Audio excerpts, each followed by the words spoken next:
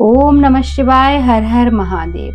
आशुतोष शशांक शेखर चंद्र मौलि चिदम्बरा, कोटि कोटि प्रणाम शंभु कोटि नमन दिगंबरा, जय कोटि नमन दिगंबरा।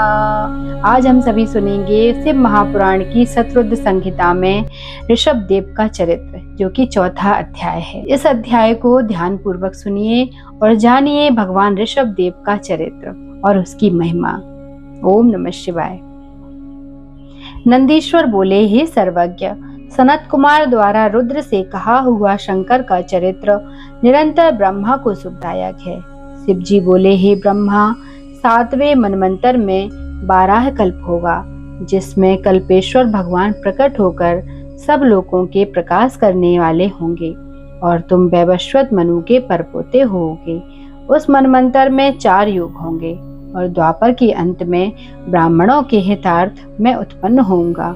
हे ब्रह्मा, तब युग की प्रवृत्ति के अनुसार जब द्वापर का प्रथमारंभ होगा, तब उसमें व्यास जी स्वयं प्रभु होंगे और कलयुग के अंत में मैं शिवायुक्त श्वेत नामक महामुनि होऊंगा और हिमालय के झालग में ब्रह्मा जी मेरे शिखा शिष्य होंगे तथा मुझ अव्यय को तत्व से जानकर और भी मेरे बहुत से भक्त होंगे। फिर द्वापर में सत्य नामक प्रजापति होंगे और कलयुग में मैं सुतारी नाम से प्रसिद्ध होऊंगा तथा उस युग में भी बहुत से वेदज्ञ ब्राह्मण मेरे शिष्य होंगे, जैसे दुंदुभि, सतरूप, दशीक और केतु। फिर चारों भी ध्यान योग से मेरे पुर को प्राप्त हो जाएंगे। इसी प्रकार जब द्वापर का तीसरा चरण होगा, तब भार्गव व्यास होंगे और मेरे पुर के समीप ही वे दमन नाम से प्रसिद्ध होंगे तथा वहां मेरे विशोक आदि 4 पुत्र उत्पन्न होंगे। ये व्यास जी के शिष्य होंगे और उस कलयुग में मैं इन्हें दृढ़ निवृत्ति का उपदेश करूंगा। फिर चौथे द्वापर में अंगिराजी व्यास होंगे। उस समय मैं सुहोत्र नाम से प्रकट होऊंगा।